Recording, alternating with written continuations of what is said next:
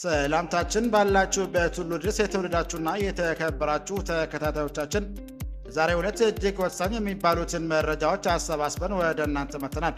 እናንተም አዲስ መረጃዎችን እንደተለቀቀ ወዲያውኑ እንዲደርሳችሁ ደውል ምልክቱን እየተጫናችሁ እዚህ ዩቲዩብ ቻናል አዲስ ሆናችሁም ሰብስክራይብ እንድታደርጉ እየተማጸንን እነሆ አባይ ነጥቦችን እናሰማችኋለን።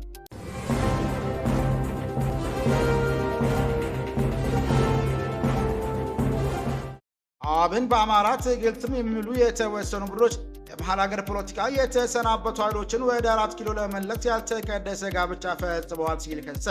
የአማራ ብሔራዊ ንቅናቄ አብን የተወሰኑ በአማራ ትግልትም የሚሉ ቡድኖች ህዝባችን መራር መስዋዕትነት ከፍሎ ከመሃል ሀገር ፖለቲካ ያሰናበታቸውን ኃይሎች ለ4 ኪሎ ለመመለስ ያልተቀደሰ ጋብቻ ፈጽመዋል ሲል ኮነነ። ይህንን ጉዳይ አሰናድተናል፣ ተሰሙታላችሁ። የህወሓት ተስፋ ባደረግነው ከፍተኛ ክትትልና ጥረት በአሁኑ ሰዓት ከእስር ተለቋል ሲል አብርሃም ሀሳቡን ገለጸ። ኢትዮጵያ ህዝባዊ አብዮታዊ ፓርቲ ኢህአፓ የሰባተኛው ጠቅላላ ምርጫ እጩ ፖለቲከኛ የሺዋስ አሰፋ ትናንትና ታስረው እንደነበርና ዛሬ ከእስር መፈታታቸውን ፓርቲው ምሽቱን ለጣቢያችን አስታወቀ። በዝርዝር የምታደምጡት ይሆናል። የተፈናቀሉ 2 ሳምንታት ያለፋቸው ተፈናቃዮች ምንም አይነት ሰብአዊ ድጋፍ እንዳልቀረበላቸው አመለከቱ። ኢትዮጵያ ፌዴራል የጸጥታ ኃይሎች ከአላማጣ ከኦሮምና ሌሎች አካባቢዎች ለቆ መውጣቱን ተከትሎ ለመፈናቀል የተገደዱ ነዋሪዎች ብርቱ ሰብአዊ ችግር መዳረጋቸውን አመለከቱ። ተፈናቃዮቹ እንዳሉት ወደ አቅራቢያ ከተሞች ከሸሹ 2 ሳምንታት ቢሞላቸውም ምንም አይነት የሰብአዊ ድጋፍ እንዳልቀረበላቸው ተናግሯል። ቁጥራቸውም እስከ 60 ሺህ የሚደርሱ ከተባሉ ተፈናቃዮች ለልመና የተሰማሩም እንዳሉ ለጣቢያችን ተናግሯል። አብራችሁን ስትቆዩ የምታደምጡ ይሆናል። በካናዳ ብሪቲሽ ኮሎምቢያ በሚገኝ ትምህርት ቤት በተፈጸመ ጅምላ ተኩስ የ9 ሰዎች ህይወት አለፈ። ካናዳ ብሪቲሽ ኮሎምቢያ ግዛት በምትገኘው ታምብለር ሪጅ በተባለች አነስተኛ ከተማ የሚገኙ የሁለተኛ ደረጃ ትምህርት ቤት ውስጥ በተፈጸመ ዘግናኝ የጅምላ ተኩስ 9 ሰዎች ህይወት ማለፉም ተረጋግጧል። አብራችሁን ስትቆዩ የምታደምጡት ይሆናል። አድማጭ የቻናላችን ቤተሰቦች ሰብስክራይብ ያላደረጋችሁ እንድታደርጉ እያልን እነዚህና ሌሎች ያሰባሰብናቸውን መረጃዎች ይዘን ቀጥታ በዝርዝርና በትንታኔ ወደምንመለከተው አቀናን።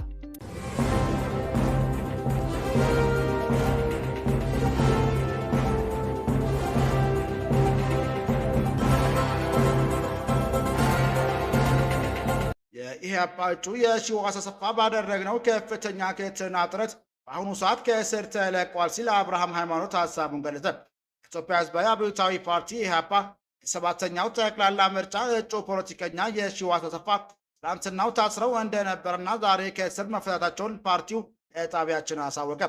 ፓርቲው ፕሬዝዳንት አብርሃም ሃይማኖት በሰጡት ቃለ ምልልስ ፖለቲከኛ የሺዋስ የኢህአፓ እጩ ነው፣ እጩዎች ደግሞ ያለመከሰስ መብት አላቸው፣ ስርዓቱ ግን አምባገነን ስለሆነ አስሮት ነበር። ባደረግነው ከፍተኛ ክትትልና ጥረት በአሁኑ ሰዓት ከእስር ተለቋል ብሏል። ያለአግባብ ማሰራቸው ህገ ወጥ ነው። ትናንትናው ዕለት አስረው የአምባገነን ተግባራቸውን ፈጽመው ነበር፣ ዛሬ ዕለት ተለቀውታል ያሉት ፕሬዝዳንቱ ይሄ ብቻ ግን በቂ አይደለም፣ ሌሎች እስረኞች መለቀቅ፣ ጦርነቶች መቆም አለባቸው። እነዚህ ሁሉ ሲሆኑ ነው ምርጫ አሳይ ሁኔታ አለ ልንል የምንችለው ነው ያሉት።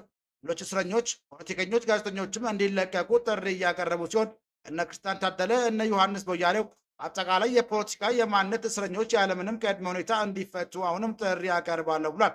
በዚህ መንገድ መሄድ አገርን ለከፋ ጉዳት ያደርጋታል ሲሉ ማስጠንቀቀው ስርዓቱ እውነተኛና ፍትሐዊ ምርጫ አደርጋለሁ ካለ ምርጫውም ቁርጠኝነት ካለው እነዚህም ማድረግ አለበት። ለምርጫው አሳይ ሁኔታ ቅድመ ሁኔታዎችን አስቀምጠናል ሲሉም ለጣቢያችን ተናግሯል። ፖለቲከኛ የሺዋስ በምን ምክንያት በምን ሁኔታ ላይ ታስረው እንደነበረ የጠየቅናቸው አብርሃም ምንም ምክንያት የላቸውም፣ እኛ መግለጫ ወጣን፣ ሌሎችም ክትትሎች አደረግን፣ እጩዎችም መሆኑን ገለጽን፣ ሲለቁትም ሲያስሩትም ምክንያት የላቸውም በሚል ምላሹን ሰጥቷል። ሲያስሩ የፍርድ ቤት ማዘዣ የላቸውም፣ ዝም ብለው ነው የወሰዱት፣ ከነበረበት ስፍራ ወሰዱን፣ አሁን ሲለቁትም ምክንያት አናውቅም ሲሉ አክሏል። ሰባተኛው ጠቅላላ ምርጫ እጩ ፖለቲከኛው የሺዋስ አሰፋ ትናንትና እንደታሰሩበት ፓርቲው ዛሬ ከሰዓት ባወጣው መግለጫ ማሳውቆ ነበር። እዚህም ይህ በሰላማዊ መንገድ የፖለቲካ እንቅስቃሴ በሚያደርጉ ዜጎች ላይ መንግስት እየደረሰ ያለውን አፈና ከሚያሳዩ ተቆጥሮ የሚያልቁ ድርጊቶች ውስጥ አንዱ ሆኖ የሚጠቀስ ነው ሲልም ወቅሶ ነበር።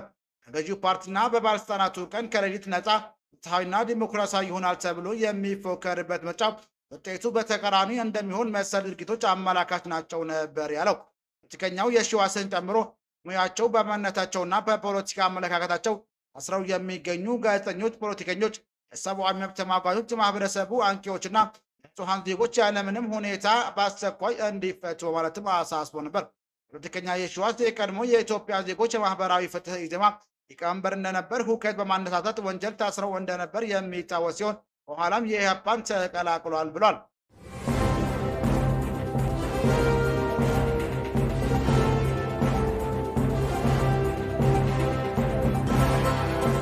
አብን በአማራ ትግል ስም የሚምሉ የተወሰኑ ቡድኖች ከመሀል ሀገር ፖለቲካ የተሰናበቱ ኃይሎችን ወደ 4 ኪሎ ለመመለስ ያልተቀደሰ ጋብቻ ፈጽመዋል ሲል ከሰሰ። የአማራ ብሔራዊ ንቅናቄ አብን የተወሰኑ በአማራ ትግል ስም የሚምሉ ቡድኖች ህዝባችን መራር መስዋዕትነትን ከፍሎ ከመሀል ሀገር ፖለቲካ ያሰናበታቸውን ኃይሎች ወደ 4 ኪሎ ለመመለስ ያልተቀደሰ ጋብቻ ፈጽመዋል ሲል ኮነነ። ይህም በአማራ ህዝብ ላይ የተፈጸመ ታሪክ ይቅር የማይለው ክህደት እንደሆነ አብን በጽኑ ያምናል ሲል ፓርቲው ትናንትና ማክሰኞ የካቲት 4 2018 ዓ.ም ባወጣው መግለጫ ገልጿል። በመግለጫው በአማራ ክልል የተከሰተው የጸጥታ ችግር ባለፉት ጥቂት ጊዜያት አንጻራዊ መረጋጋት የታየበት መሆኑን ጠቅሶ ሆኖም ሰሞኑን ከአንዳንድ አካባቢዎች የሀገር መከላከያ ሰራዊትን መነቃነቅ ተከትሎ ህዝባችን ለዳግም ሰብአዊ ቀውስ የሚዳርግ ሁኔታ ተከስቷል ብሏል። ሁላይም የአማራ ህዝብ ትጥቅ ትግል ማዕከል አልባ በማድረግ ጥያቄዎችን ከስርዓታዊ ማዕቀፍ የሚያወጣ የአማራን ህዝብ የሀሳብ መሪ የሚያሳጣ ተቋምና መንግስት አልባ የሚያደርግ እንዲሁም ህዝቡን ለከፋ የሰብአዊ ቀውስ፣ ለደህንነት ስጋት፣ የኢኮኖሚ ድቀት አልፎም የህልውና አደጋ የሚያጋልጥ እንቅስቃሴ አይሎ መምጣቱን ስራው አስፈጻሚ ኮሚቴው ገምግሟል ብሏል መግለጫው። መግለጫው አያይዞም የተካሄደ ያለው የትጥቅ ትግል እንቅስቃሴ በኢትዮጵያና በህዝባችን ላይ የሚጋሩ ጠላትነት ያስተባበራቸው ኃይሎች አንድም የአማራን ህዝብ ለዘላለማዊ እረፍት የመንሳት ዓላማቸውን ለማሳካት፣ ሁለት ደግሞ ሀገር ለማፍረስ የእጅ አዙር አመራር የሚሰጡበት እየሆነ መጥቷል ሲል አክለዋል።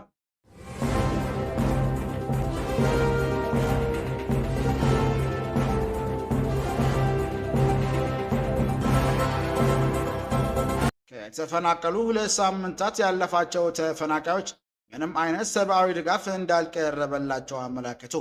ኢትዮጵያ ፌዴራል የጸጥታ ኃይሎች ከአላማጣ፣ ከኦሮምና ሌሎች አካባቢዎች ለቀው መውጣቱን ተከትሎ መፈናቀል የተገደዱ ነዋሪዎች ለብርቱ ሰብአዊ ችግር መዳረጋቸውን አመላከቱ። ተፈናቃዮቹ እንዳሉት ወደ አቅራቢያ ከተሞች ከሸሹ 2 ሳምንታት ቢሞላቸውም ምንም አይነት የሰብአዊ ድጋፍ እንዳልቀረበላቸውም ተናግሯል። ቁጥራቸውም እስከ 60 ሺህ ይደርሳል ከተባሉ ተፈናቃዮች ውስጥ ልመና የተሰማሩ እንዳሉ ለጣቢያችን ተረድተዋል። ራያ አላማጣ፣ ኮረምና ሌሎች 4 ተጨማሪ ወረዳዎች ጦርነቱን ሸሽተው ተፈናቀሉ ቁጥራቸው ከ60 ሺህ የሚበልጥ ተፈናቃዮች ባለፉት 2 ሳምንታት ቆቦ ከተማ ቢጠለሉም እስካሁን የምግብና አልባሳት ድጋፍ ባለመደረጉ ከፋ ችግር በመደረጋቸው ህፃናት ለልመናና ለህመም እየተዳረጉ መሆኑን ይናገራሉ። ባለፉት 2 ሳምንታት ውስጥ የመንግስትና ረድኤት ተቋማት ተወካዮች ቆቦ ከተማ በሚገኙ 2 የመጠለያ ጣቢያዎችና ማህበረሰቡ ጋር ያሉን ተፈናቃዮች መመልከት ቢችሉም አልከመግባት የዘለለ ምንም አይነት የምግብ ድጋፍ ማድረግ እንዳልቻለ ነው ተፈናቃዮች የሚገልጹት። ያለው ሁኔታ እስካሁን የተደረገ አቅርቦት የለም። ማህበረሰቡም ቴክኒክና ሙያ ኮሌጅ ላይ ተጠርንፎ ነው ያለው። እጅ ድርጅቶችም ከመመላለስ ውጭ እስካሁን ያቀረቡት የለም። በጣም ችግሩ የሚሰቀቅና ህፃናት አለ። አረጋን ሁሉ ሁኔታው በጣም የሚያስቸግር ነው ሲል አንድ ተፈናቃይ ሀሳቡን አጋርቷል። ወላጆች ልጆቻውን የዕለት ምግብ ለመሸፈን ለሚቸገሩ ህፃናት ለልመናና የጉልበት ስራ ተሰማርተው እየሰሩ እንደሚገኙም ተናግረዋል።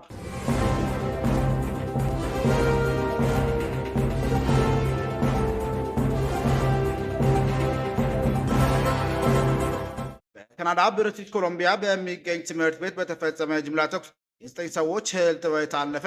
ካናዳ ብሪቲሽ ኮሎምቢያ ግዛት በምትገኘው ታምብለር ሪጅ በተባለች አነስተኛ ከተማ የሚገኘው 2ኛ ደረጃ ትምህርት ቤት ውስጥ በተፈጸመ ዘግናኝ የጅምላ ተኩስ የ9 ሰዎች ህይወት ማለፉን ተረጋግጧል። ማክሰኞ ዕለት የተፈጸመው ይህ ጥቃት ካናዳ የትምህርት ተቋማት ታሪክ ውስጥ ላለፉት 40 ዓመታት ከታዩት እጅግ የከፋ ጥቃቶች መካከል አንዱም ሆኖ ተመዝግቧል።